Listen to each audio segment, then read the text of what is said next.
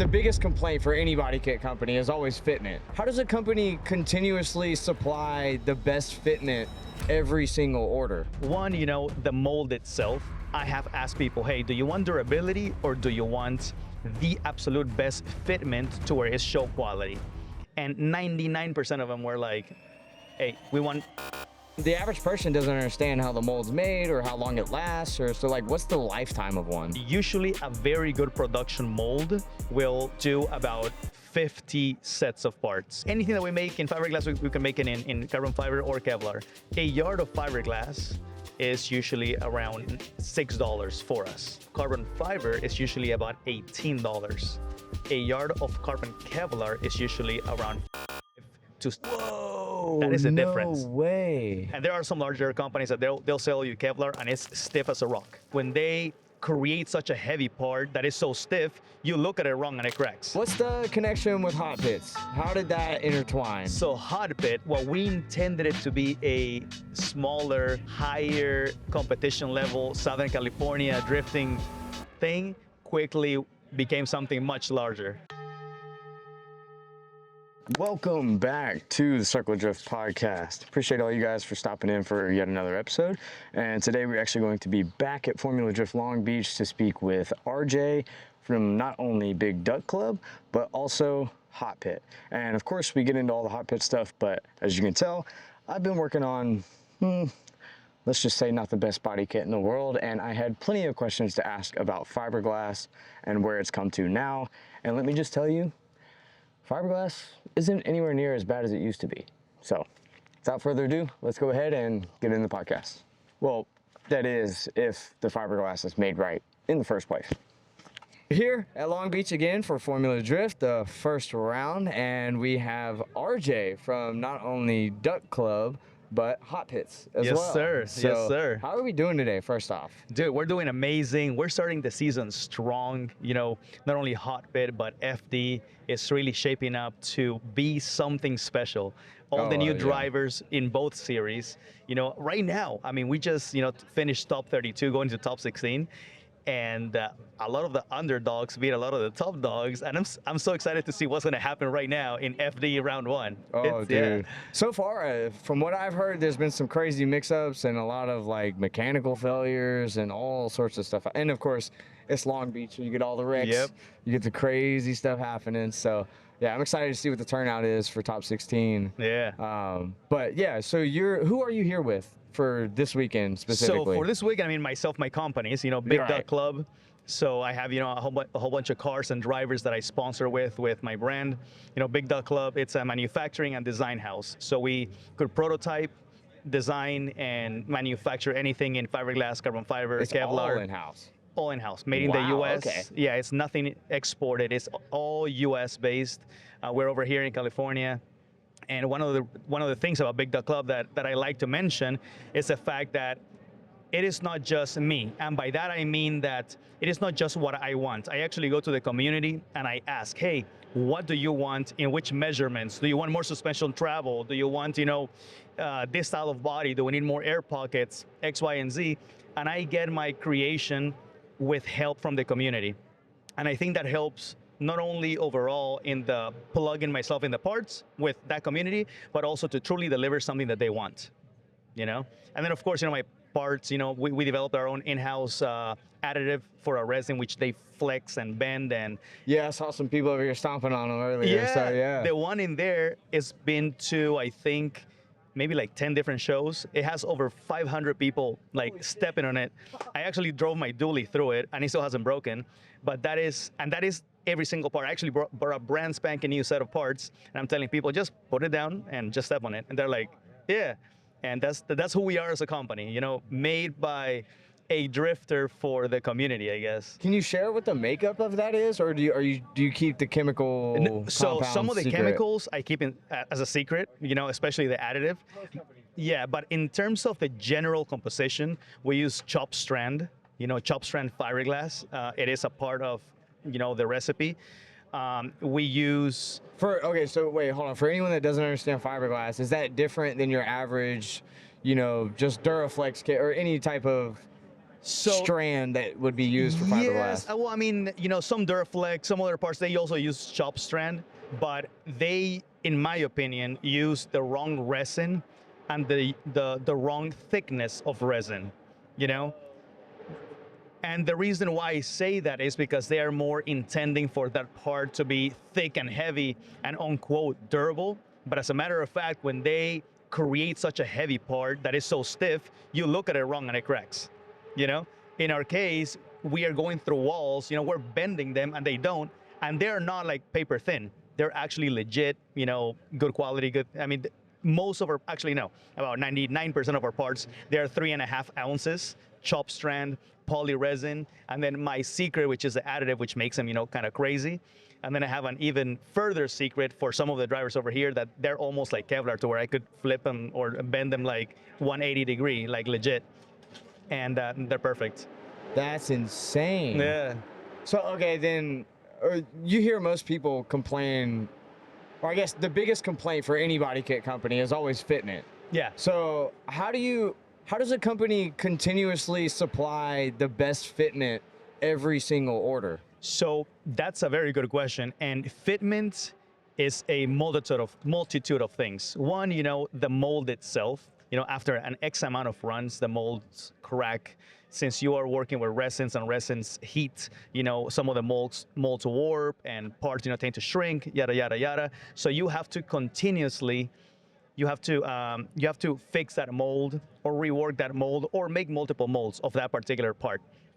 So in my case, and this is going back to the community, I have asked people, hey, do you want durability or do you want the absolute best fitment to where it's show quality? And 99% of them were like, hey, we want durability because we are drifters, we use it in motorsports, and that's what we want. We don't want to buy a kit that breaks, in 2 runs, but it looks beautiful. We want a kit that actually will last. Now, that goes back to the cost. Am I going to invest more resources in fitment or in actual durability and resistance and development of, suspension travel and whatnot?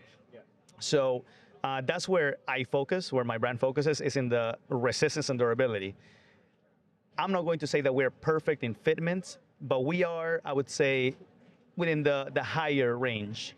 I have seen many companies that are 5 times more or price higher than us fit worse than us. Oh, absolutely. They come to our shop all the time saying, hey, can you fix this? I think anyone on the planet can understand. Well, yeah. That's a little much, but the main one people think of is Origin. So that's no secret or anything. Yeah. It's not like I'm bursting a bubble here, yeah. But I mean, because you see that, but the average person doesn't understand how the mold's made or how long Correct. It lasts, or so what's the lifetime of one? So it depends how the mold is made, the thickness, if there's any reinforcements in it or whatnot. But usually a very good production mold will do about 50 sets of parts. And then that doesn't mean that you could just pull 50 and that's that. Every 5 or 6, you have to fix little stuff because it cracks, it shifts, this and that. And we've had, we have our own ways to making sure that our molds are prepped every single time before making a part, which allows for our molds to last a little longer. But we still have to do it. It is part of, composition. Another thing, a lot of people don't understand the process of making fiberglass parts, which you have to lay the fiberglass and they have to cure, then you have to pull the fiberglass parts, then you have to make sure that they're nicely cut, then you have to fix whatever is broken, and then you have to clean them and then box them and then ship them. If it was one fender, it'll take you 2 days. But if one kit has up to 10 pieces sometimes, so it takes sometimes a week to make one kit. Holy cow. Yeah. So and then when that's with the mold already made. That's with the mold already made. And in winter times, it's even worse because everything slows down, cures even slower. And can you pull apart while it's curing? Technically, you can, but that is when they start baconing and fitment is horrible. So I just allow my curing to cure and send parts. And I already made the decision that I'm going to invest in quality in terms of resistance rather than fitment in 100% showcase space. One, because my clients want that. And two, because if they want a perfectly fitting part, we will do it. We will charge you extra for it. We do it all the time. But 90% of our clients, they're like, hey, we want a fender that will not break. And that's what I'm giving you. And they're super happy. We have a very high amount of return clients because of it. And they only, destroy like a bumper cap or, one fender because a tire exploded kind of deal. But yeah. Gotcha. Okay, so if someone did want a perfect kit, what is that like increase in price? Is there a set number, or is it just depending on the kit? It depends on the kit. Some kits have more parts than others, but it's usually like around, I would say, 15% of the price, and that is, us making you a freaking show quality kit. Carbon fiber. We can make anything that we make in fiberglass. We can make it in carbon fiber or Kevlar. Carbon fiber usually is like about 2x the cost of fiberglass, and Kevlar is like about 5x. Kevlar is so expensive and people don't understand that. Explain the difference in the process of making all those different types. Because obviously we cover the fiberglass portion of it, but carbon and Kevlar, I feel like not a lot of just information on Kevlar actually exists. Correct. So let's start with the cost. A yard, and I buy rolls, not just, yards. How big is a roll? Yeah, like a roll is 60 inches by I think 600 yards. Or holy shit! Yeah, it's really freaking, it's big. Okay. 600 or 300. I'm forgetting my. Either way, that's huge. Yeah. So a yard of fiberglass is usually around $6 for us. Okay. A yard of carbon fiber is usually about $18. A yard of carbon Kevlar is usually around 45 to 60. Whoa, that is a difference. No way. That is a difference. Why? It's just a material. And carbon Kevlar is not just Kevlar. If you just put Kevlar, your parts will be like all floppy. Right. It is carbon fiber and Kevlar weaved together. That's what it is. So there's that process. Is sourcing Kevlar harder? Is that why? Like, I'm trying to understand what I like to explain it as a mechanical thinker. Yeah. So I have to get the background portion of it in order to understand the foreground. So yeah. Where does the source of the Kevlar come from, and like is it just because it's a rare material? I'm not sure if it's rarer. I mean, at least from the supply side, we're able to get it. Not as easy as fiberglass. But I would have to say, and this is me just speaking out loud, that perhaps there are less manufacturers globally that are able to provide you Kevlar, and that is why the price is so much higher. Okay, then yeah, but scarcity type deal. Yeah, but I don't know if that's the correct answer. But the price difference is substantial, and then on top of that, it's not just the composite, meaning the fiberglass or the weave. Then you have to deal with different resins. Then you have to go into a different process of creating the part. In fiberglass or in carbon fiber, you could, hand lay, which is when you lay the resin and then you hand lay it with a brush and then you roll it, and the parts, that's when they're thick and kind of, they crack easily. We have found a way to still hand lay it and still be very flexible.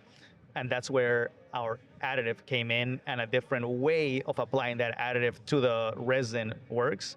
But in carbon Kevlar, if you want it to be very flexible, like what some larger companies do, and there are some larger companies that they'll sell you Kevlar and it's stiff as a rock, 100%. I'm seeing some over here and I'm like, come on guys, you guys are working with FD drivers, give them the real stuff, not like the unquote cheap carbon Kevlar, like give them like the flexy stuff, But to do that, you have to do vacuum infusion. You have to extrude the most amount of resin that you're putting into the mold.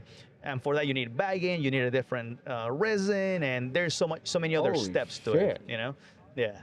So that explains carbon Kevlar. But then the process of carbon, just straight carbon. You always hear the dry versus wet carbon. Correct. What is the difference? The difference in those. So wet carbon, it is a wet lay. Once again, you lay the carbon fiber on the mold, then you start, pouring resin on the carbon fiber, and then you start squeegeeing it or rolling it. So that is called the wet lay. The dry carbon, there's two ways of doing it. One, it is infusion, which is when you lay the carbon fiber in the mold, and then you bag it up. You create this, very tight pockets where no air could escape. and that bagging is, an extra added cost to this whole process. And then you start vacuuming the carbon fiber from a bucket or whatever you have into the mold, and then it starts spreading. And the spread is not just like, hey, you put the nozzle in here and it'll spread all around, but you actually have to calculate the amount of carbon fiber and the weight to the spread, because you could actually stop the whole process and miss a whole gap if it's not placed correctly. It's kind of wild. There's a science, and for Kevlar, it's very much the same process, but with a different material. So Kevlar is always done dry. Correct. Yeah. Kevlar is. I didn't know that either. Okay. You could wet lay Kevlar. It would just be stiff as a rock. Like Exactly. Okay, that makes sense. And Wow. and I get pissed off because I get a ton of customers telling me, hey, dude, I bought this brand that they are known for, their Kevlar, and they come to my shop and they're like, it's stiff as a rock, but they still charge me a freaking crap load of money, and now you have to fix it because it doesn't really fit well. And now it's a challenge for me because it's not easy to fix carbon Kevlar. You cannot just add a part to it, add more material. You have to, sand stuff, put more clear coats. Oh my gosh, it's a freaking nightmare. So How do you do it? Like, what is it? Is it a very long process? I mean, the easiest way to say it is that you have to add more material underneath it, and then you have to add a clear coat to match the height of what's missing. Oh, yeah. But So it's just better off scrapping that piece, essentially, at that point. I mean, at that point, yeah, but you don't want to scrap a fender that costs you $4,000. Right. So you just want to fix it and make it, usable. Well, first off, if it's Kevlar, it shouldn't have done that. That's what I'm saying. Just sell him the freaking real thing. Yeah. It's good for your brand. It's good for you. It's good for the driver, and it works. Wouldn't it, in turn, cost a little less than dumping all the material? Because, like, if you wet apply it, like you're saying, and it becomes that stiff board. Yeah. Aren't you just throwing more material cost at it versus just making it the proper way? Yes, in a way. I mean, it will be cheaper to manufacture it in wet lay because you're not adding the bagging, you're not adding the infusion, you're not adding all these other steps. But then once a part is finished, you are really adding more costs because now you have to fix the part, and the part is not flexible as it's supposed to or intended it to be. And it is just not what you paid for. It is not what you paid for. That's just a full reality. In my opinion, if you're gonna sell Kevlar, sell freaking proper Kevlar. What sells the most? Is it Kevlar or carbon or fiberglass? For me, I assume fiberglass. For me, right? fiberglass. Okay. And reason being is because I've created my composition to be stupid flexible, almost as flexible as Kevlar. Actually, it is the same. It has the same flexibility. It just breaks faster because it's intended to. Now, you could buy 5 of my kits for 1 kit of Kevlar. So at that point, yeah. That's wild. I made one of my E92s. I made a full carbon Kevlar kit, and my cost was $14,000. My cost, in between materials and all that. To sell that to the client, you have to add your overhead and your margins and this and that, so you'll be close to 16, 18, or 20 grand, whatever the heck it is. That's US based. That's brutal for a kid. And that would be, you said fiberglass? No, that's Kevlar. Oh, that is Kevlar. Yeah, okay. no, fiberglass. Which still, yeah. that's absurd. Yeah. So, oh my God. Yeah. What all chassis do you cover then? So we started with BMWs. So in BMWs, we have E30, E36, E46, E92, E82. We just developed an F22, E39. Then we expanded with the IS300. That was our very first out of BMW chassis.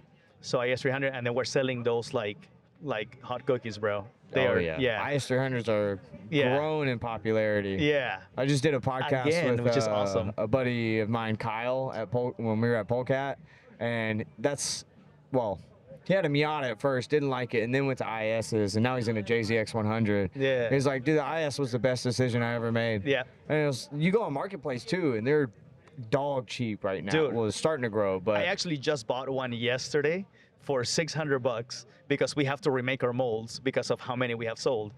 And I have the firm belief that if you're gonna remake a mold, don't just rework the mold without a chassis. Put the freaking parts in the car, make sure everything is perfect, and then make the mold. Sure, it's gonna cost you a little more, but ultimately it's not gonna fit like dog crap, you know? that's not common. It is so common, dude. Like people just grab molds and then they rework them and then they're like, all right, it's good to go. And then So there's like they're literally skipping the whole fitment portion of Yeah. actually putting. No way. yeah. It's What the fuck? How do you even get away with that? I mean, cost of operations, you have to see, how you're gonna redo it. And there's a point to where, yes, you have to fix your molds, as I mentioned, but you fix the smaller parts. If you have to fix the whole part, or you want to redesign certain aspects, just get the chassis. Even borrow one or buy Wow. a cheap one, Yeah. Trade parts for it. Yeah, trade exactly. To I've done that. borrow, yeah. I have done that. So right now I'm going to release this year an S550, and S550s are still quite pricey. So I actually just traded 2 full kits for an S550 chassis for somebody to let me borrow the chassis for 6 months. So we are 3D scanning the whole thing. I designing the whole kit, putting the prototypes, and doing the whole process. Yeah. Yeah. Well, if you start diving deeper into Mustangs, let me know. I have one of my media clients is Synergy Race Development. Yeah. I don't know if you've heard of them. Yeah. But yeah, they could definitely help you out on that part. Heck yeah. Heck yeah. So, damn, that's crazy. S550. I'm be curious to see what that ends up looking like for the S550. We have the design. I'll show it to you right now after this. Oh, okay. Yeah. Is there any way you can send it to me to put on the screen? Yeah, absolutely. Okay, cool. Yeah. I'll send it to you guys. You posted it yet? Actually, somebody leaked it like about a year ago. Oh, no way. Yeah, somebody leaked it about a year ago, and they also leaked my F-22 kit. And I ended up finishing the F-22 way faster than the S550 because I couldn't find somebody to let me borrow an S550 or just buy a cheap one. That's surprising, actually. Yeah. I was being cheap. I didn't want to pay, like $8,000 or $10,000 for an S550 because I know I'm going to destroy it. So, yeah. Damn, dude, that's so fun. Well, what chassis are we expecting in the future? So what we currently have are all those BMWs. We have IS300, we have 350Z and 370Z. Jeff Jones, my business partner at Hotpit, is running at my 350Z, 370Z. We have FCRX7. I think we're the only ones in the world that make the whole rear quarter panel with the taillight buckets and everything for the FC. Interesting. I've got one sitting in my driveway just waiting to be done or worked on. Yeah, so we make the roof and the doors and a whole bunch of stuff for that. I have parts for Fox body Mustangs. Yeah, and I just made a full front end. It's like a drag style full front clip that is a little wider. So for a drag client, and he's like, dude, just let him on your side. And I'm like, all right, cool, I'll do that. Okay, yeah, might as well. And then my releases for this year are going to be the S550. And the BRZ. And the BRZ. Nice. Yeah. Nice. And those are all full kits. Full kits. Full kits. Okay. Yeah, full kits. Is there any like one-off smaller stuff that'll be coming out? I mean, I don't know if you guys have seen the crazy. It's a Velar, a Range Rover Velar SUV with a rear-mounted twin-turbo Lamborghini engine. It's like a crazy, $1 million build. So I'm the one designing, 3D printing, all that build. It's like the most complex client and build that I've ever done in my life. But it's so incredible because that is such a high-end build. Morgan, Ryan, the guys, Morgan is the builder and leader of that project. Ryan is the owner of the vehicle, the financier, and also who has had the idea to begin with. They are amazing, dude. And for them to bring me on that project has been unreal. So how did that happen? What was the connection? Dude, the connection was flexibility, like legit. So yeah, so I made a bed or rear quarters for a short course truck, and Ryan, I believe, he owns a few short course trucks, and he saw that truck, being like jumping and wheels touching the fenders. And it was like, dude, those things don't ever break. Like, what is this? And then that dude told or gave Ryan my info. Ryan contacted me, and we did the whole freaking situation. And he was like, dude, this is wild. Organic. Like, that's awesome. The truck world needs this. Oh yeah. Yeah. So, and I'm Probably trying to get more than into we that do. world. Yeah. Yeah. Wow, dude, you start doing some monster trucks and shit, man. That'd be That'll be the crazy. goal, dude. Do whole bodies. That'll be sick. Just plop them on. Yeah. Wow. Okay. Well, is there anything else on Duck Club you want to mention? Or In Big anything Duck before Club? we branch No. off to Hot Pits? Let's do Hotpit. I mean, Big Duck Club, sponsor a lot of people. We have a ton of drivers over here. We actually white label about another 7 kits for other drivers, and it's white label, so I cannot mention who they are, but they're using like our parts.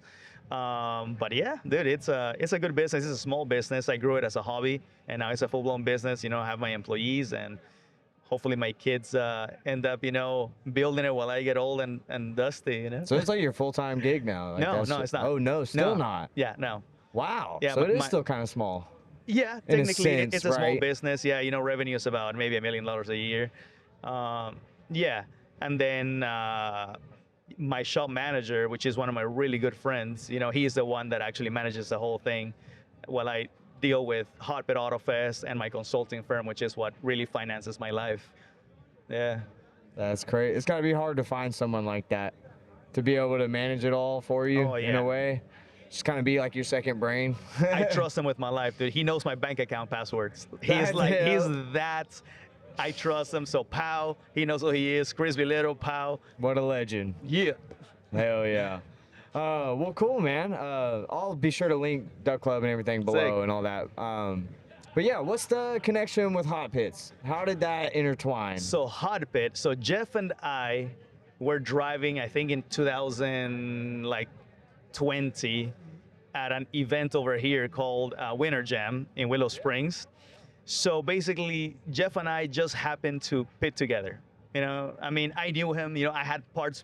I have bought parts off of him. Like in the past. He was just an acquaintance. So, but we ended up pitting together. Kind of talking, and then at night, after driving was done, he had a set of speakers. Just putting some music, and then I'm like, hey, dude. I have, my DJ, my set, like my turntables in here. And he was like, what, you DJ? And I'm like, yeah, man, I'm in the music business. I no longer DJ. Actually, that was my career. I was a full-blown musician in my past life, yeah. So I no longer travel as a musician, but I have, my set here. I have my CDJs, actually. They were in turntables. And I'll bring him out. All right, cool. So we took a little table. He had his speakers. I had my CDJs. Why I had him, I don't remember, but I had him. And then basically, I started DJing, and then he starts DJing, and I'm like, oh crap, that's right. Jeff used to throw these crazy warehouse parties in LA, and then we just started, DJing. And then he told Jeff, I'm like, bro, we need to take this to like the main area where everyone's at. So we grabbed my generator, a table, my CDJs, his speakers, we put it in the back of his truck. And then we literally had a rolling DJ stage, and it was wild. There's videos of us like jumping. There's like 10 people in the back of the bed. It became like a crazy party. And that's the day that Jeff and I were like, oh, dude, like we like each other. This is it, yeah. And then randomly, we started talking about the progression of drifting in Southern California. Yeah. And at the time there was Top Drift, there was the Drift League, and some other sanctioning or competitions, but there was nothing that really brought drifting to the crowd. It was just drifting for drifters. He and I both are business owners in different areas, so we said, let's create something to where it's closer to the city. So he and I both started talking to different tracks. They were saying no because it was drifting and this and that. I bugged that track for like 3 years. Actually, yeah, for about 3 years. So we started we met. Yeah, when we partied was like in 2018. We started Hotpit in 2021. 3 years later, a track says, okay, guys, we'll give you guys one chance to see if this works, like that. It was like a one and done and see if it works, we'll continue it. And Jeff and I said, all right, bro, let's make this happen. We called a few buddies. We kind of, made this small company for a second through an event, and it worked. People came in, Hotpit was a thing. And what we intended it to be a smaller, higher competition level Southern California drifting thing quickly became something much larger. And by year 2, we were doing better promo. We had a SEMA party. By year 3, we had thousands of people showing up. Year 4, which was last year, that's where we invested in our own live stream, and now we have like a professional grade live stream that we created. Jeff and I and Michael, which is our director at this point, we put everything together and build a team, and this is our official 5th year. And dude, it's been amazing. We have drivers from, I think, 4 different countries, limited 40 driver series. We give away $100,000. Actually, it's $160,000 after contingencies. And for the first time, we actually have a spec tire, which is Zestino tires this year. Yeah. I was the one who came with the 300 treadwear 265 tire rule. And why did you want to implement a tire rule, just in general? So this was the thought. If we are going to be a series that allows pros into it, so the goal was to be an alternative pro series, we need to find a way to mediate the pro cars not to run away from the semi-pro cars. So how do you mediate that? It is through tires. At that time, everyone was running 200 treadwear 255. If you put even a 255 and a 200 in a pro car, they're still going to outrun pros, lesser pro-am cars. So we tested a few different tires. First, I did a whole bunch of research into, availability and cost, and, if we go too wide versus, treadwear, what are the difference? And we came to this sweet spot of 265, 300, and then we tested it. And I think Jeff tested it in his pro car. I tested it in my semi-pro car. I think he had like 800 horsepower. I had like 500, and we both were very much equal in it. It was just skill level what truly made his car much faster than mine. He outdrove me. And then we did the opposite. We actually gave the same set of tires, or same set of tires, to 2 drivers on the opposite way, where a pro driver drove a lower horsepower car, a lower lesser driver drove a higher power car, and then they stuck. I mean, we're like this. It just equalizes the field. Yeah. That's what it was. Yeah. You hear people complain about it all the time, and most of the time the people complaining, I feel like, aren't even the ones driving anyways. So it's just a bunch of people on the internet. Yeah, I mean, I'm sure there are some drivers here and there that get upset about it, but is the mix of the FD drivers and just your average people, does that ever cause any issues? We originally thought it was going to, and it's actually the complete opposite. The Pro-Am guys are looking forward to drive with them because they learn from them. And they learn in a way that they don't have to spend, hundreds of thousands to be able to run FD with them. And FD is amazing.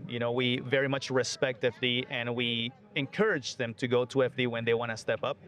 But giving them the field or the opportunity to run with Odie, with Rome, with Connor Shanahan, with Jack Shanahan, they've driven our series, in a car where they could actually compete with, it's amazing, because you get to really see in a very direct level what their moves are in the car.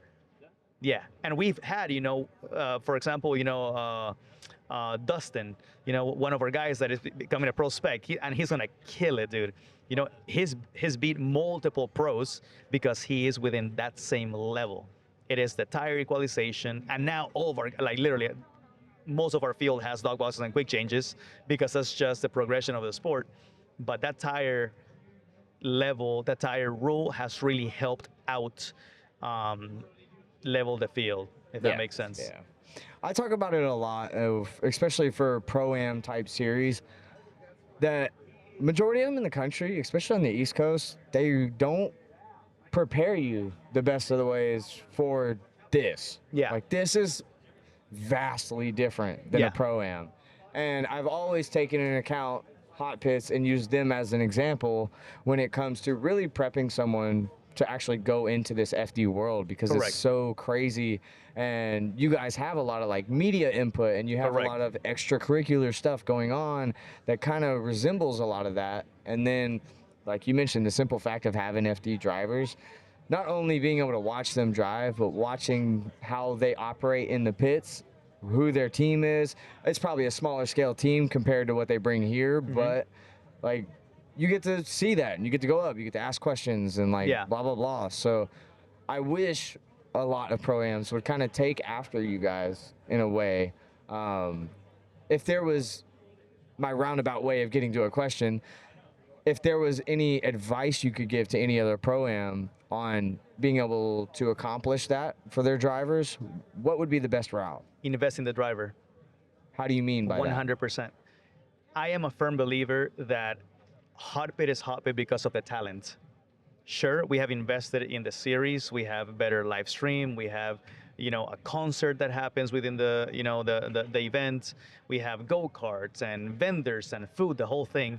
But the series will not be nothing without the drivers. Just like FD wouldn't be what it is without their drivers. So part of my goal, and the drivers are very aware of this, is for me to help them build their personalities, their marketing, who they are as drivers on their program. I don't just want them, but I need them to be rock stars.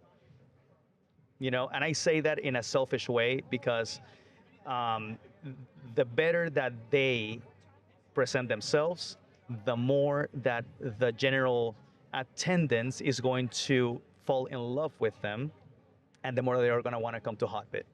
So my way of helping them, it is investing all the resources that I have in terms of knowledge, in terms of making sure that I have partners that gives them or are able to give them like tents and team shirts and stickers and liveries and whatnot at prices that they could afford, and packages that are so simple. Interesting. Okay. Yeah. So I have negotiated with vendors so like that they could offer them packages of the whole thing. Hey, X driver did a whole new livery, or a new driver is coming into Hotpit. Okay, you could buy a tent. How many drivers have you presented this to, and they were like, I didn't even know it involved all of this? Yeah. So, does that actually happen? In the beginning, it did. That's it could have been better communicated by me and the team, but now every single one of them knows, and all of them, every single one of them uses them. They all come. It's actually a requirement from me to present themselves and their teams with team shirts. Okay, so that was my next question. Is how do you control the accountability for the drivers in order to like actually follow through on their end as well? Because you have to keep the presentation correct and the actual looks of everything good because you're trying to put on a show. Yeah. So, but the driver has to be accountable in some way as well. So what controls that? So ultimately, they know what they're signing up for. If they get approved, they need to come prepared. That is just, the very simple and basic. If you don't have the willingness to be that prepared, then you will not last at Hotpit. That is a full reality. Even if you are, the freaking best of the best of the best in terms of skills, if you have very poor marketing, even the crowd will not be able to become your fans because they don't fall in love. They're not emotionally engaged with you. So how can I make it easier? I'm going to negotiate for you in how to get everything that you can at a lesser price and in an easier form. So one of our vendors, which actually is doing our Hotpit booth right now over here, First Up Apparel, shout out to First Up Apparel. Dude, they could offer you a 10 by 20, team shirts, stickers, flags, umbrellas, hats, everything at a major discount if you're a Hotpit driver, And they might be able to, for the East Coast guys, they could ship everything. So contact them and be like, hey, I heard from RJ that you guys are able to do this. And they might be able to give you a package. But dude, for example, we have one of our drivers from New Zealand. Is it New Zealand? Maybe New Zealand. He came in and he shipped his whole car, but he didn't bring his whole freaking, program. So he bought a tent, the team shirts, I think for less than $1,500 for something that it was for his team, for his tent, the flags, and he looks legit. And that's what it is, you know? Oh yeah. I talk about it all the time, and I really wish more drivers going into the Pro-Am just they understood what all is actually going to be involved in the presentation. And I've never, at least to my knowledge, seen a Pro-Am do that and Yeah. supply, because that's something that doesn't really, there's no cost to it. There's no overhead. It's literally just For us supplying as an the organization. information. Yeah. I mean, there is, the time that I have to negotiate, but again, that is Yeah. my responsibility, and I'll gladly But do the it. return for that is beyond Exactly. what it's worth. I yeah. remember when I was doing Pro-Am, way back when, like in 2016 or something like that, I think I was the only guy that had a livery, like legit. People were, showing up in black cars or red cars and little stickers. I think I had a livery and I had my team wear shirts, and I showed up every single time and I looked pro. I sucked as a driver, even though I earned my FD license, so I guess it wasn't that bad. But I showed up like legit, and that naturally led for more media professionals to shoot pictures of my car, and for them to want to come and talk to me. And people would do stickers for me, and they'll naturally want to come and sign, their kids' hats or whatever. Yeah. And Sorry about that. no, it's all good. Wind's picking up here. Yep. Um, So if you're a driver, invest in your program. It's the least that you can do to really get out there and to get partners, especially even if you're not that great. Invest in marketing. Stickers, go to freaking Alibaba or whatever, buy $200 worth of stickers and give them away for free. Dude, that is the lowest, cheapest, most impactful thing that you could buy. Legit. Yeah. Yep. I would say learn how to use Canva.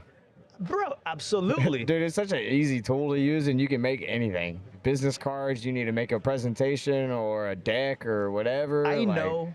Oh my God. I know a few drivers here in FD that have gotten their suit designs done with ChatGPT. I'll just tell you that. I have been playing with AI I'll myself, just tell you dude, that, and bro. it works, bro. Dude. If you operate it correctly and give it the right details and stuff, it's crazy. You could design your suit with ChatGPT or Claude, Yeah. bro, and look super legit. Have a graphic designer Yes. finalize it. Yeah, please. yeah, Don't yeah. just hand, print shop that. Yeah. But yeah, You get the base done. It gets pretty insane. Yeah. On Hot Pits though, we kind of branched off, but the Pro-Am series, it didn't start as a Pro-Am series though. I So guess. when did the licensing come into play? So it started as a Pro-Am. Okay, it was. So yeah, it started as a I'm new sorry, program. no, yeah. it's the access to go straight to Pro. Oh, to Pro 1. Yes, Okay, that was okay. the differential. When did that come into play? Okay, so there's a few scenarios to that. One, in order for that to be valid, FD required for us to have at least 3 FD pros in the field consistently. So if they're going to allow that to happen, then these guys need to be able to beat an FD pro, and not just out of one battle, but out of a full season, which I believe is a great mandate that FD did, because ultimately, if you cannot, beat a pro, you shouldn't be an FD kind of deal. So, yeah, that's part of the equation of that aspect. 2, it is not just an automatic, hey, you go to Pro 1. In order for you to happen, you actually have to win the championship. But also, it's not just based out of skill. It is also based out of readiness.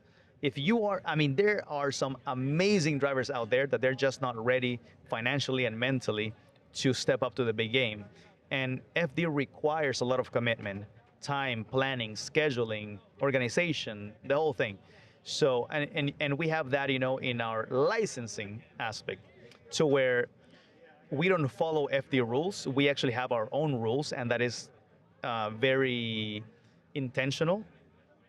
But we are allowed to give prospect licenses on who we believe is ready to go to prospect. So it's not just how many of those do you get per season? So we have at least 5 drivers that ask us per season, hey, can you vouch for me? and we have vouched for a few because we believe that they were ready. And that's how it works. So we vouch for who we believe is ready. Like, for So example, they still got to go through like the process to submit yes, whatever it's called. I don't know why I'm not thinking of it right now. A petition. a petition, Yeah, sorry. yes, but we petition for them, and our petition is held at a much higher standard because we as an organization have a general understanding with FD on what are the minimum requirements. So, for example, Dustin, he didn't win, he didn't get first place, but he's been consistently podiuming. The dude is a freaking ripper. He's got a good team. He's got a good personality. He's got a good trailer, and he's willing to travel. He's got just all the ducks in a row, to where Hotpit feels confident that if we petition for him, one, he's gonna do a good job, two, he's gonna be ready, and three, he's not gonna make us look bad. And that's what we did. I will say, I love Dustin. I went out to Arizona and interviewed him myself. He is, since he got the okay to go into pro or prospect, he's been really pushing his content. And I will say, it is vastly different than any other FD driver, pro or prospect. Yeah. So I think he's going to tap into a little bit different audience and bring them to FD too. So that'll be very interesting to see. So, what were the main details? I know you mentioned like trailer and stuff like that, but with him, any other driver you've chosen, what are the main details that you are specifically looking for? Just to give it blunt. First of all, consistency. You have to be consistent and committed to your program, not to Hotpit, to your program. And that means, once again, having a good truck, a good trailer, being presentable, having your suit, having your car ready, not breaking every single time, having spare parts, having, your own media, taking pictures. I mean, doing what the pros do, essentially, Two, and this is, dude, I think this is worth more than money. It is being able to work with the people that are present at the track at that time. He is the king of being able to work with media, of being very inclusive to people and be like, hey, dude, do you need a water? Do you need to, drop off your camera to my trailer to charge it? Him and his wife and his crew are just amazing at really taking advantage of those opportunities, and that is what's going to get him far. But commitment to your own program, I think that's it. It's not us. We're just giving you the opportunity to go here, but it is your own commitment to yourself. Yeah. Reason I asked it was just to keep it blunt, was because some people obviously don't have the funding or the means to do, say, the media or certain aspects of that. So finding what is the most important, I feel, is just to keep it blunt. Those little bartering items, like, hey, media, do you need to charge your camera, on my trailer? Come over, leave your stuff here, and I'll feed you and I'll give you water. Nobody gets that specific on that too. Everyone says like, take care of your media person, or at least pay for their housing, their meals, their blah blah blah. That's exactly. Duh, it's basic. But exactly. Nobody talks about that. Dude, give them water. Are they dying? Give them fucking water. Dude, media is so important. Because once again, that is going to be your outlet. You need their content. We all need their content. So we love media. Hotpit loves media, and we welcome them with open arms every single time. And we take care of them fully, because ultimately, if we paid for every single media, we would be broke. As it is, Hotpit is still a small business. We're not at a negative. We are at a standstill where we don't have debt, which is already a win. Yeah, it's already a win, but we're not, making money. Jeff and I make $0 besides legally having to pay ourselves because of what the corporation says that we do. And trust me, it's in the hundreds of dollars, in the very low hundreds of dollars, because it's a legality. I know exactly what you mean. Yeah, but everything else is to, feed our guys, feed our crew, rent the Airbnbs, do media. We take care of them. So as a driver, do that. Take care of people and barter. It worked for me, it works for a lot of people, and it will continue to work in 10 years. Yeah. That's a crazy passion project, man. Yeah. That sounds awesome. Yeah. Well, as far as, because we've already gone through one round this season, right? Yep. Okay, so how did that one go so far? Very good. Okay. We had a hiccup to where the track threw a very harsh curveball at us and canceled our Friday. We ran the track, Friday and Saturday. So on Friday, like the week of the event, they said, sorry, you guys cannot use it Friday because there's another event on whatever. So we had to do qualifying, top 32, top 16, and everything out of one day. It was very hard, but we were able to make it happen. But it ran us dry. Like, oh, they didn't like it at all. And they were justified not to like it. And we are very transparent that this wasn't a decision of ours. It was, a track decision. But there's only so much that we could do. The track holds the ball. We are just guests at their facilities, even though we're paying, thousands and thousands and thousands of dollars. Oh, I couldn't even imagine. Yeah. Well, I assume it's only going to get worse, especially being here in California. Yeah. But how, we all know Irwindale leaving, how badly did that hurt the operation? It affected, definitely. Yeah. Because as a whole, Irwindale was the perfect location. It was close to nearby cities. It had a very nice racetrack. It had a very nice parking structure. And ultimately, it was just positioned for people to come easily to a racetrack. When Irwindale closed, basically the ownership of Irwindale bought a track in Bakersfield, which that track is amazing. It's a compound. Dude, they have a motocross track. They have, circle track. They have like rallycross. It's like a dream of a track. It's like what you want. Any YouTuber will fall in love with that place. But it is in Bakersfield. It is 3.5 hours away from LA. It is not as close to a nearby city, so it is harder for people to get there. So it hurt our show because in that particular round, we don't get as many people as we would like.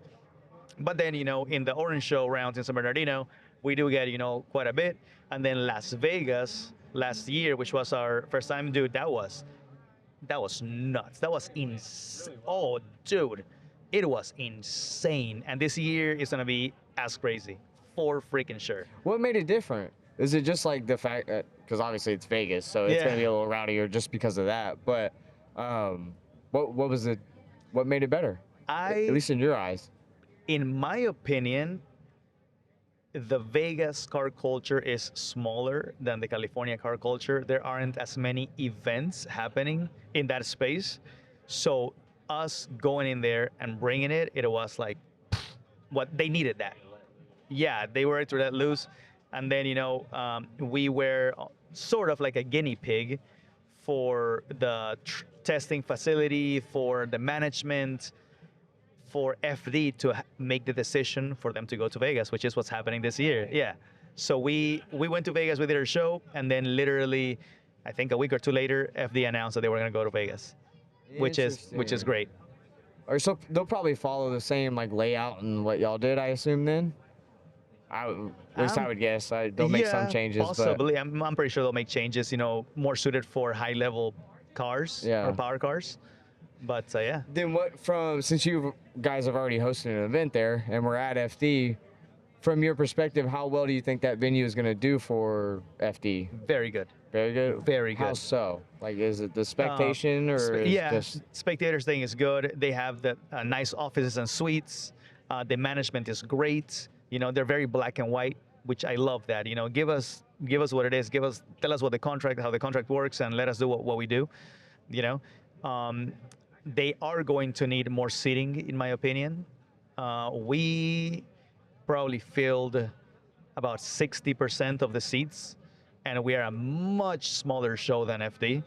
So I think they're going to fill that very easily, so they're going to need more grandstands. Yeah. That's not that bad, though. No. Yeah, no, they got to do that grandstands anyways, everywhere they go. Well, from a driver perspective, what were you hearing as far as the surface and like any layout and stuff like that could be done? When we went to Vegas, the surface was very bad. And reason being was because that particular track had not been drifted in 15 years.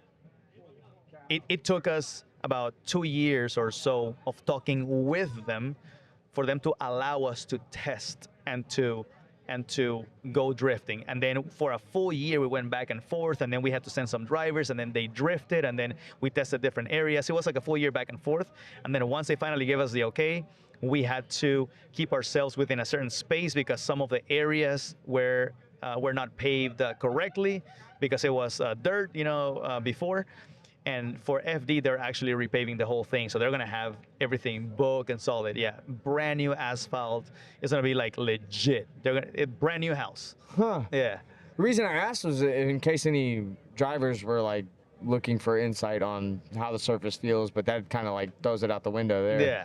So that'd be cool though. They Yeah. get fresh asphalt and all that. Yeah. Damn. Yeah, I'm excited to go to Vegas for that one too. It's sick, dude.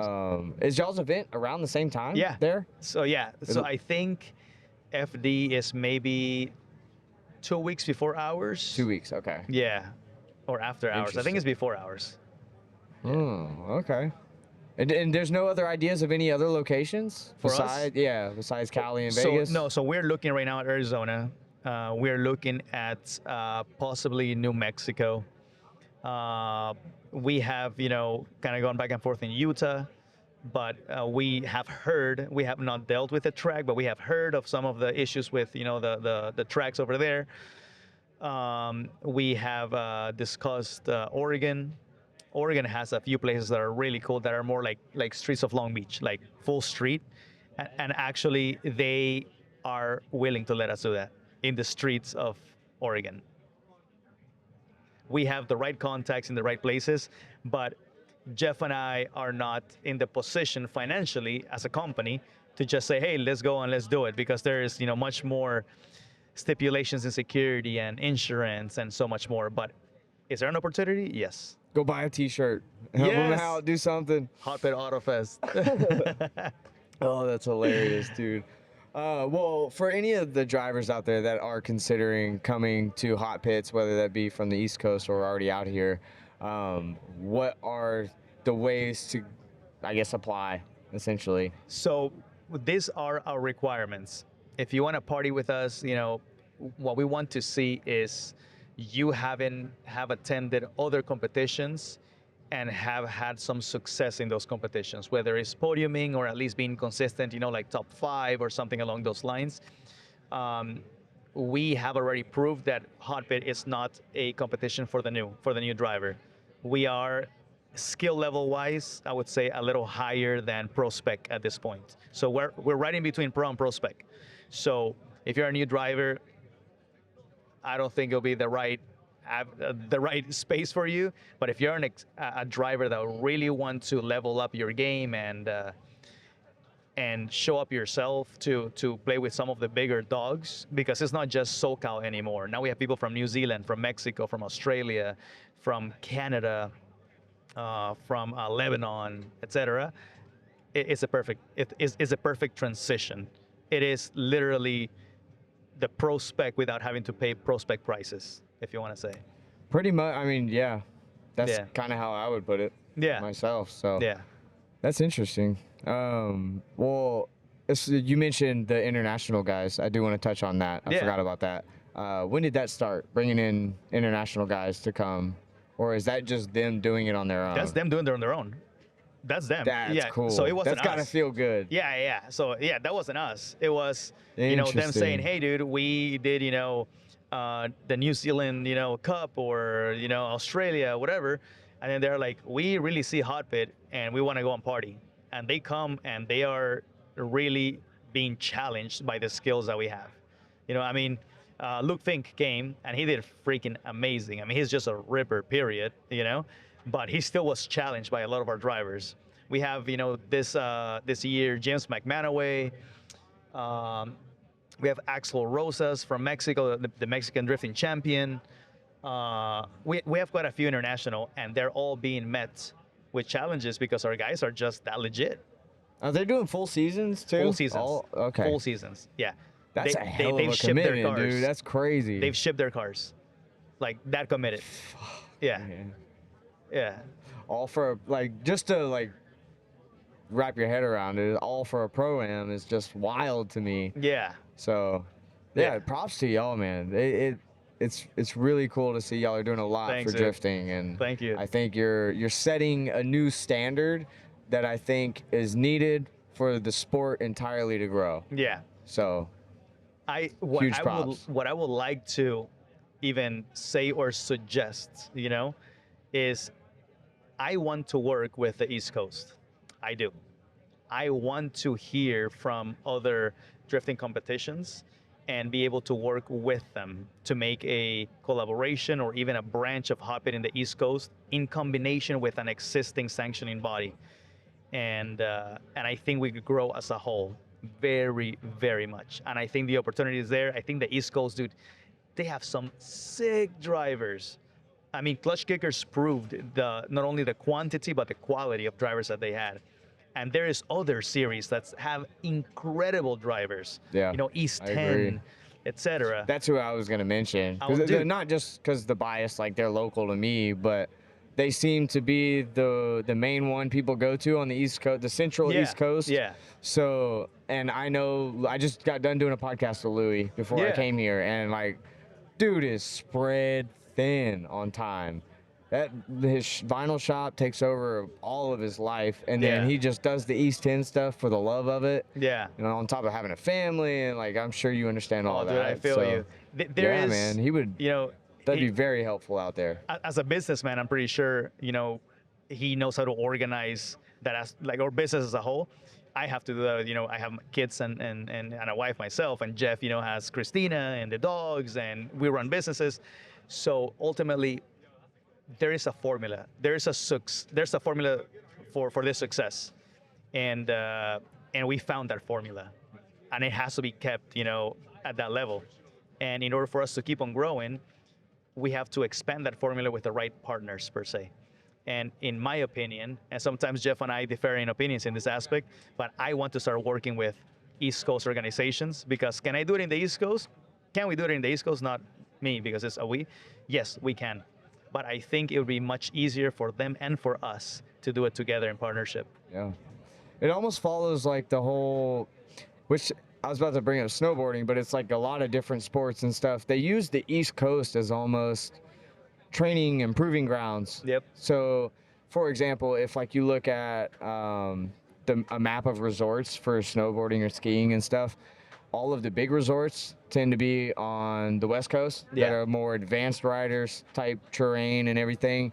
But then you have a lot of beginner slopes with just small mountains, essentially a hill, Exactly. and all of that. And that's more what the East Coast is built of. So that people can very cheaply get into it and get a feeling for it, see if you even like it, and then eventually move out west to where the big dogs are. And like I think drifting is kind of following that same aspect. So to capitalize on that from the pro-am level that'd be epic. Oh, dude, absolutely. And plus, we just need it. It's needed 100%, and it's needed to be in a collaboratory level. FD is the top dog. It is the monopoly of competitive drifting right now, and we are the smaller guys. And I'm not saying, hey, we want to go for FD, but I'm saying that at some point you're gonna have all these drivers that have left FD to pursue other career goals that they still want to drift. They are just not able to commit to FD as a whole. There are these other avenues to be able to do this, but it has to make sense for them because they're spending time, they're spending money, sponsorship dollars. So it needs to be structured enough to where they want to continue to come and drift, or there's other people that want to be a part of, and there is more than enough room in the cake right now. Oh yeah. That's what everyone's excuse is it worth going? Is it worth going? That's 100%. Everything now because there's so many events. Dude, I was just in Vegas for NASCAR. So in the consulting side of business, I consult with a few different companies. So they flew me out to Vegas. I was, in a suite with millionaires and billionaires. And these are all people that do business. They sell oil, they sell petroleum into, wherever, but they fund their NASCAR teams that way.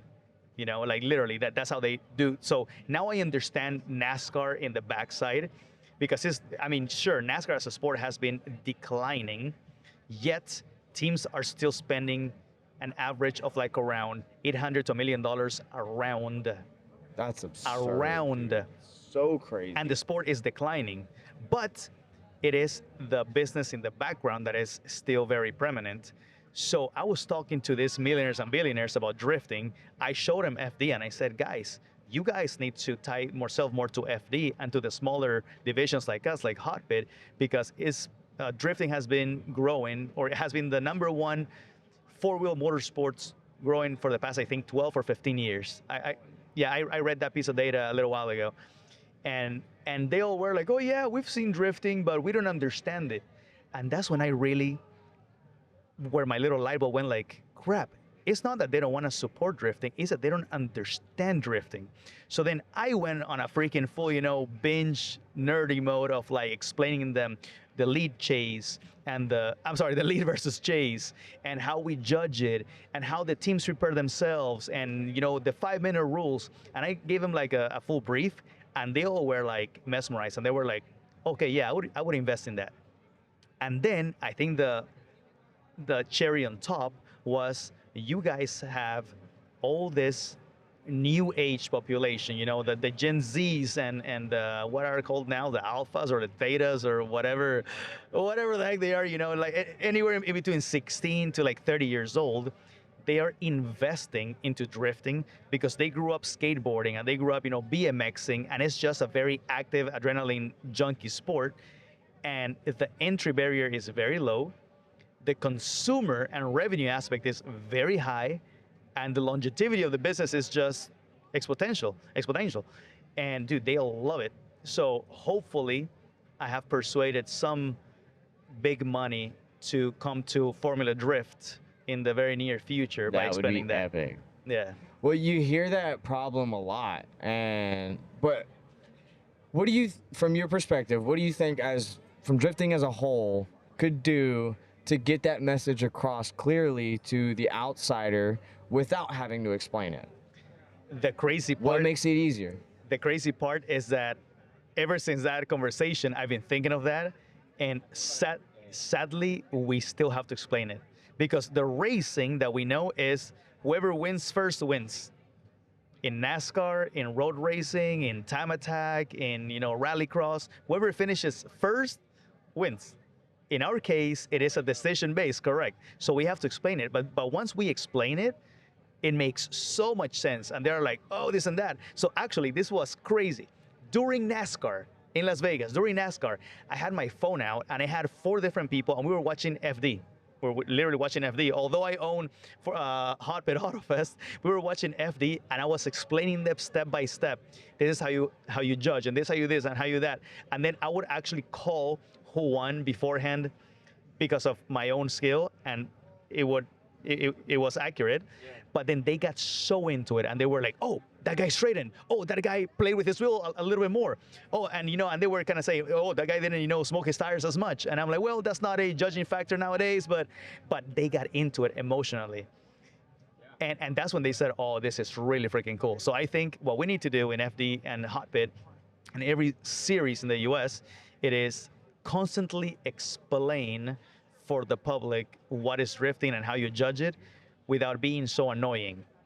And that is going to be the little dilemma. Yeah. Explaining it to teach the non-drifter world about it, while the drifter people go, dude, seriously, are you just, I know what you mean. But hopefully, as a community, we have to embrace that lack of knowledge and just say, okay, this is not for us. It is for the watcher that doesn't understand drifting. And actually that is going to help all of us as a whole. The fact that FD logged in Racer Network, we logged in Racer Network ourselves, so we both are going to be televised through it, is huge. For the people that don't know, and I'll speak to the camera, Racer Network has over, I believe, 200,000 outlets, from resorts, gyms, restaurants, bars, everything.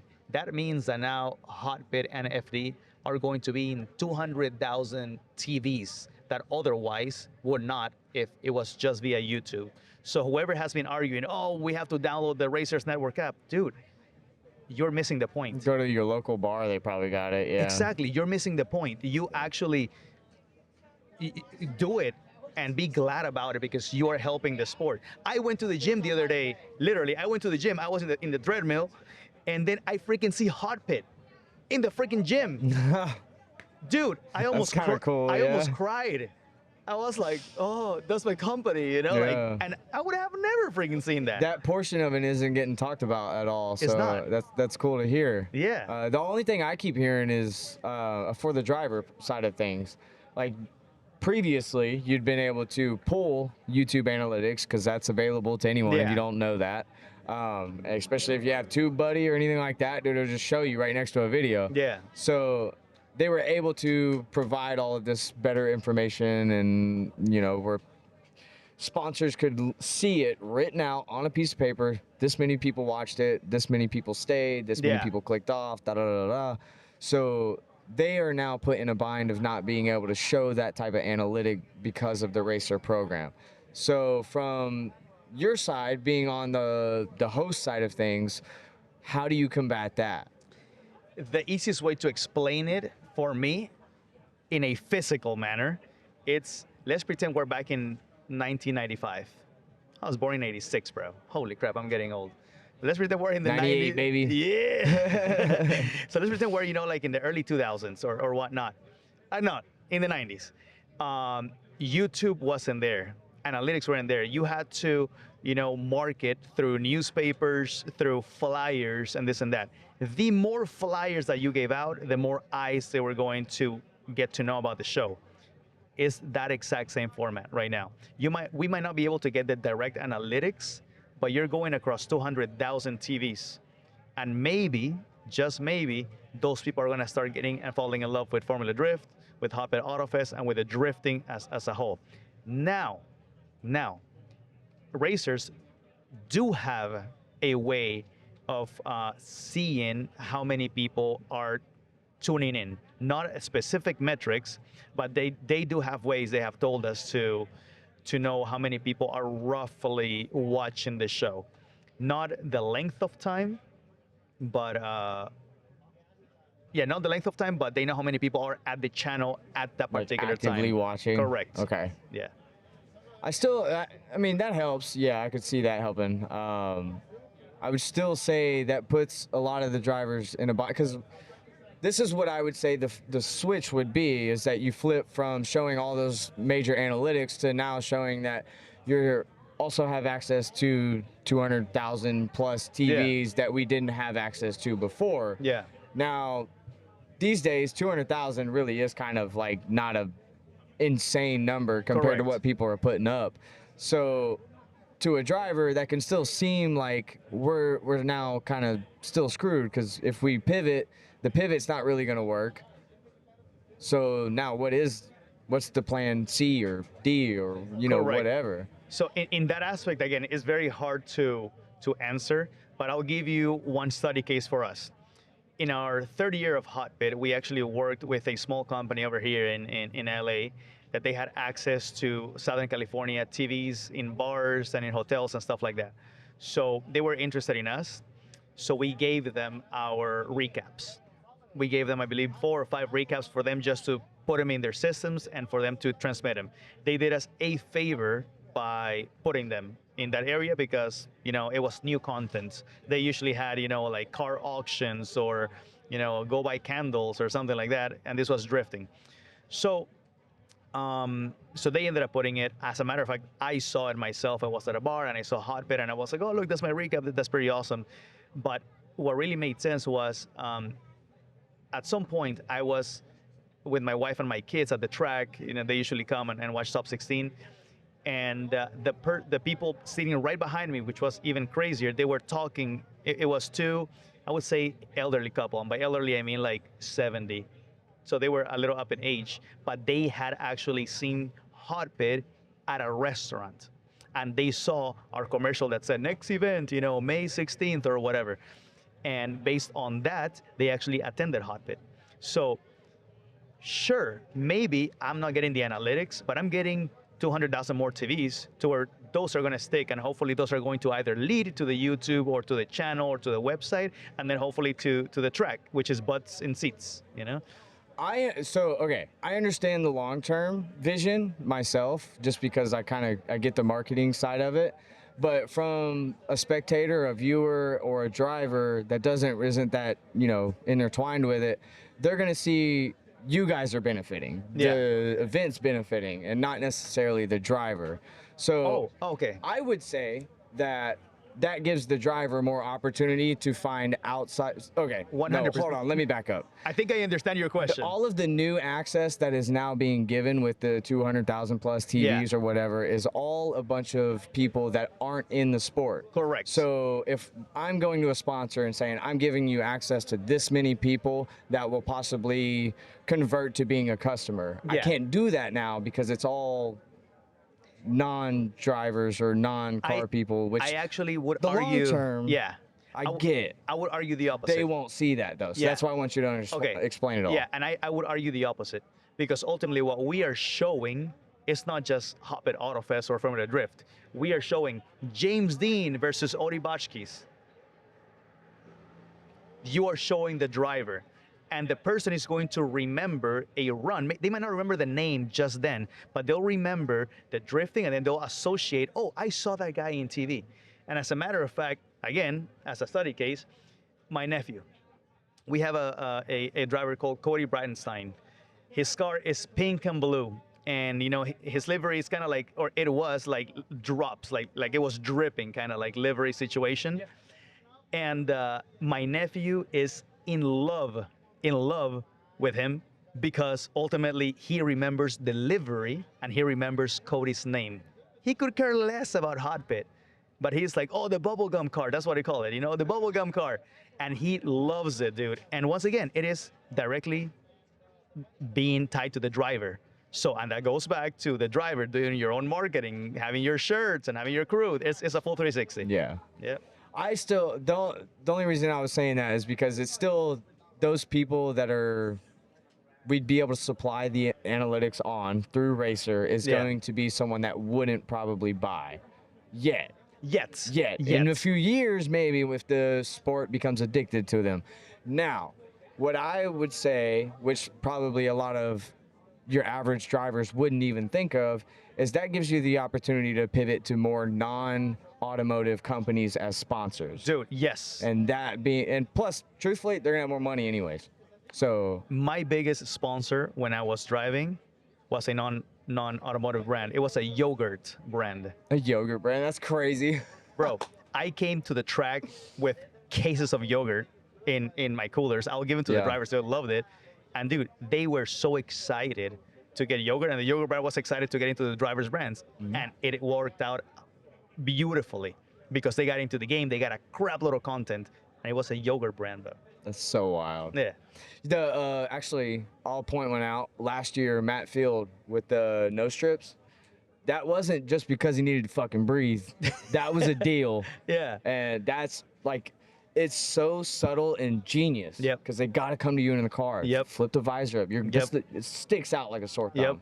Yep. That's just genius ways of implementing. And hats off to Matt and all you guys. Matt is a marketing genius. Yeah. He is a perfect case. I mean, I heard somewhere that he was not able to put any more logos in his car because of space. That is how good his marketing team is. It's a very good problem to have. Yeah. So, jeez, man. Well, I know you still got work and stuff to do. I don't want to take up any more of your time. This was a lot of good information. And if I missed anything, let me know in the comments, of course.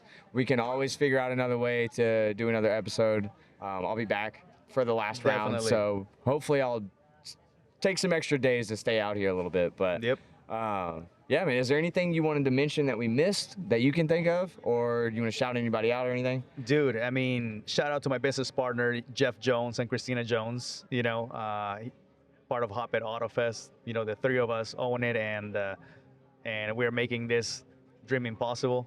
Shout out to my whole crew at Big Duck Club. My guys, you guys are amazing putting with my craziness. Fiberglass business is nasty, like meaning very dirty and, pieces of material all over the place. About doing small work on fiberglass, dude. I couldn't even imagine. I am such a neat freak. that when I go to my shop, I can be there for like, 5 hours because my guys are throwing crap around. I go to my office and I'm there. So shout out to my crew, shout out to Pau, my wife and my kids, of course. Without their support, I would not be able to do all this crazy mess. And to all the East Coast series, I am being dead serious. If you're interested, let's talk. There is an opportunity for growth. There's an opportunity for collaboration. And I think we all collectively have to really push to take drifting to the next level. Right now, we are in the perfect time with social media and TikTok and Instagram and all that crap. So just RJ Drifts. That's my Instagram, bro. RJ All it Drifts. takes is a message. There you go. Hell yeah, dude. Well, I appreciate it. Thank you again for taking the time. When's the next event? What's the date? The next event is May 16th. Okay, Yeah. cool. Well, In I'll San leave Bernardino. that stuff linked in the description as well if you want to get tickets or anything to that. Is that one here in Cali? California, Okay. yeah, in San Bernardino County. Cool. Well, hell yeah, dude. Yeah, I appreciate it, man. Go enjoy the rest of the event, dude. Yes, sir, dude. Hell yeah. Heck yeah.